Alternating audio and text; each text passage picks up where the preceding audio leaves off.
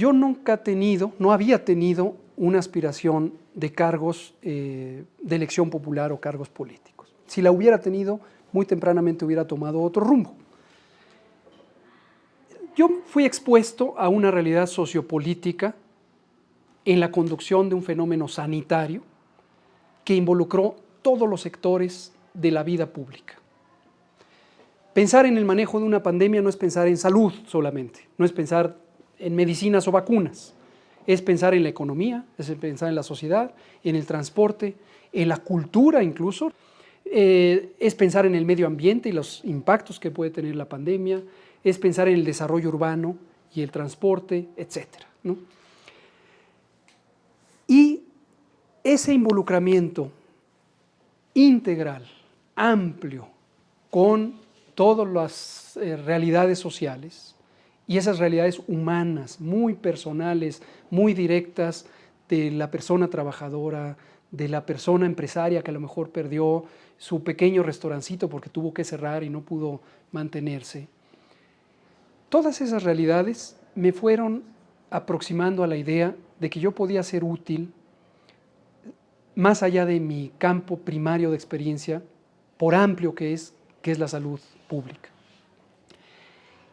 Y por otro lado, como he dicho, yo nací en esta ciudad, amo a la Ciudad de México, es mi elemento de identidad social y lo he recorrido la ciudad. Con esos elementos en mente, yo dije, si yo no digo nada, si yo no me ofrezco a la causa de la transformación, a lo mejor nadie me lo reclama, pero mi conciencia me va a decir, te privaste de contribuir. Y ahí fue donde consulté al líder del proyecto, el presidente López Obrador, y en secuencia después a la actual coordinadora de la transformación, Claudia Sheinbaum. No es una aspiración personal, es, si mi vida está hecha para servir, me pongo al servicio de las mejores causas. Entonces llevo varios meses exponiendo estas realidades, exponiendo mis análisis también de la realidad nacional y de la realidad de la ciudad. Y en su momento la respuesta fue, es valiosa tu contribución.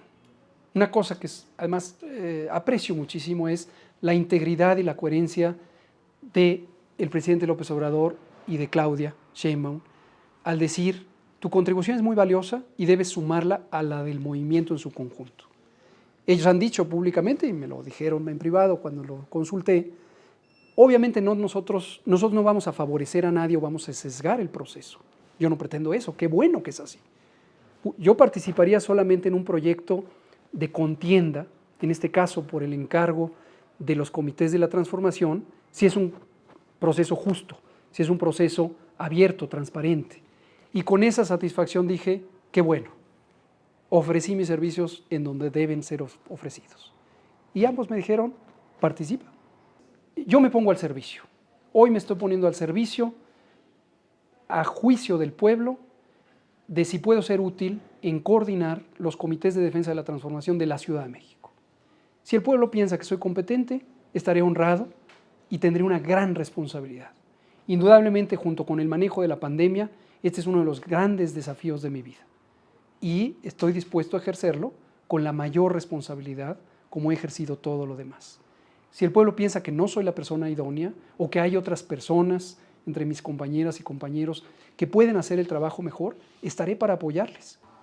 Fue una fabricación propagandística de la casa de enfrente.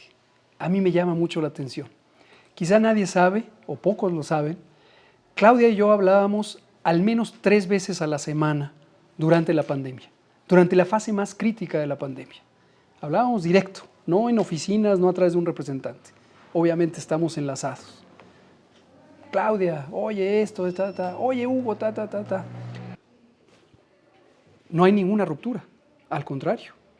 Insisto, eso fue una fabricación, tanto como las propias fabricaciones, el cubrebocas, las pruebas, cerrar las fronteras, todo eso es parte de un discurso muy cargado hacia el desconocimiento o el rechazo a la realidad social que fue configurando los partidos de oposición para intentar dividirnos. El pensamiento conservador que enarbolan ciertos partidos políticos que están agrupados en el segmento de la derecha, los medios de comunicación corporativos que atienden a los intereses de las grandes empresas nacionales y transnacionales se vieron profundamente vulnerados por políticas públicas de salud y de otros temas que son la esencia de la transformación que está impulsando el presidente López Obrador, que impulsa nuestro movimiento y que enarbola también Claudia Sheinbaum. Eso fue configurando el odio de los grupos de alto privilegio. Y una cosa que me parece importante destacar, ese pensamiento de odio no representa la sensibilidad, los sentimientos, el ideario del conjunto de la población.